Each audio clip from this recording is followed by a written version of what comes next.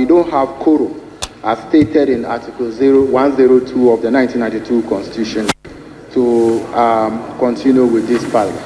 Mr. Speaker, I so pray that the right thing is being done. Yesterday, you cautioned all of us. Media houses carried it, that if we are not serious to continue business, we shouldn't let Ghanaians think safe. And at the moment, out of 276, we are only 70 in the chamber, and the Constitution have made it clear. So, Mr. Speaker, I urge you to apply the rules as stated in Article 102 of the 1992 Constitution. I rise not to challenge the appeal that has been made by my brother, the Member of Parliament for Tolong, except to say that, Mr. Speaker, I think that it is a huge indictment on the leadership of the House, especially my brother, who is also the Chief Whip, the Deputy Chief Whip, the Deputy Whip of the minority side. When I look on their side, I do not see their members present, Mr. Speaker. Mr. Speaker, the facts, Mr. Speaker, Mr. Speaker, the facts, Mr. Speaker, Mr. Speaker, the perks that they enjoy as leaders is to ensure that they also, especially as whips, they ensure that their members are present. Mr. Speaker, this house is not made up of only majority members of Parliament. This house is made up of two parties, and we expect that our numbers be present, but we also expect that the minority that have also been voted to represent their constituents are marshaled to be in the House. So, Mr. Speaker, I am disappointed in the leadership of the whip that he's not able to whip his side to be on the floor, and he's advertising it the way he is doing. The composition of this parliament is a very special one, and it's never happened in the history of our country before. Mr. Speaker, we have for the first time in the Fourth Republic a parliament where a particular group has a super majority. Mr. Speaker, they have two-thirds. Two-thirds. It's never happened in the Fourth Republican dispensation before. Two-thirds. Mr. Speaker, of the 276 members of parliament, the majority side, the NDC side, has 189 members of parliament. Mr. Speaker, you are as old as this parliament, as this legislature. Mr. Speaker, it's never happened before. Secondly, Mr. Speaker, this house mostly deals with government business. And that is why the majority leader is mostly referred to as the leader of government business. Mr. Speaker, and throughout this session of Parliament, the first meeting, the second meeting, and the third meeting, our friends from the other side, 189 of them, consistently, they do not attend to the House. They do not. Ghanaians, Mr. Speaker, Ghanaians, in fact, Mr. Speaker, the NDC side, the majority side, can one form quorum on their own, Mr. Speaker? Can two have enough members of parliament to conduct business?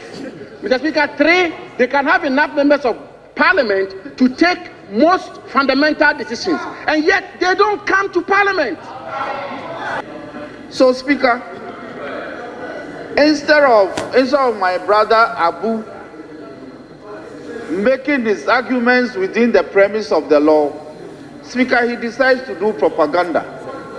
Yesterday we did business, government business, we conducted government business on this floor. Now, please, Speaker, please. This is the evidence of what happened yesterday. Yesterday there were 176 members of this house. 176. The records will bear us out.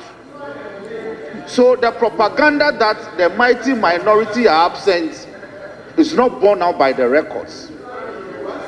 The mighty majority are absent. It's not borne out by the record.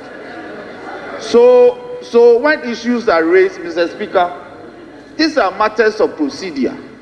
We cannot sidestep the procedure and do otherwise. It is good you have proceeded within 64(3). You are drawing Mr. Speaker's attention to an alleged absence of the adequate numbers for a commencement quorum. The law provides what should be done. I believe the Right Honorable Speaker will direct the clerks at table to ring the bell. The numbers will come in and will proceed. Now, Mr. Speaker, having said this, I believe that yesterday you had cause to encourage members to attend upon the House at 2 p.m. Speaker, before we adjourn, the records will bear me out that I drew the attention of leadership of committees. Speaker, we have discovered that leaders of committees are arranging committee business in the afternoon, when we have all agreed that committee businesses should be arranged in the morning, so that when it is 2 p.m., we'll be ready to conduct business at plenary. Speaker, today's order paper again shows that there are advertised meetings of committees for the afternoon, when we had encouraged them that they should shift the afternoon sittings of committees to the morning, so that in the afternoon we'll have adequate numbers at plenary. So, Speaker, we implore leaders of committees, chairmen and ranking members, that they should arrange committee businesses from about 9 a.m. up to about midday, so that by 1 p.m. we'll be ready to start business at 2 p.m. We are depleted because of the committee sittings. As we speak, public accounts is sitting. They just adjourn for the day. A committee on state interest is sitting. A committee on communications also sat, and others are also sitting. So, Mr. Speaker, committee numbers on the average are about 24. So if you have 3 committees sitting, that is in excess of 75 plus.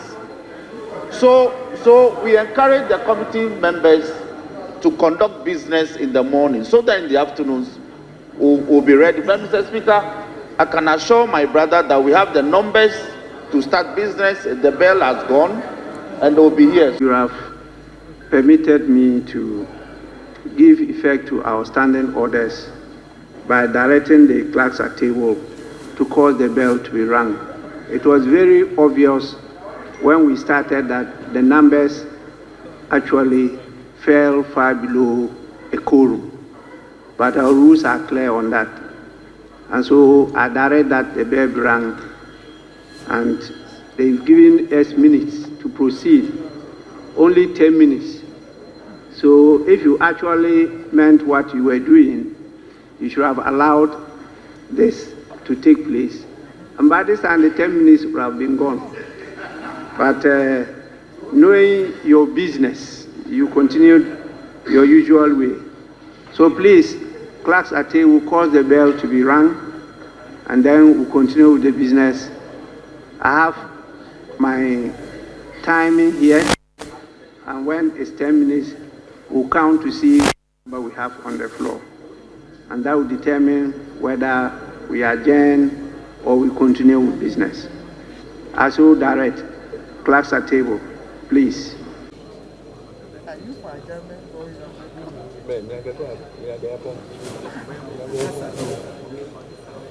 Stop the movement. It's making it difficult for us to take the count. The clerk has submitted a number to me after taking the count.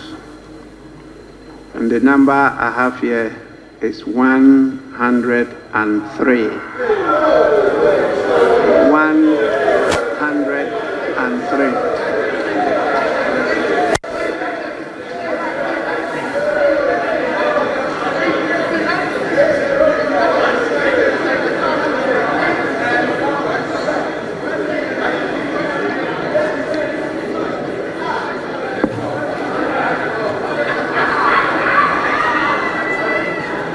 So, honorable members, we have a quorum to proceed with the business of the House.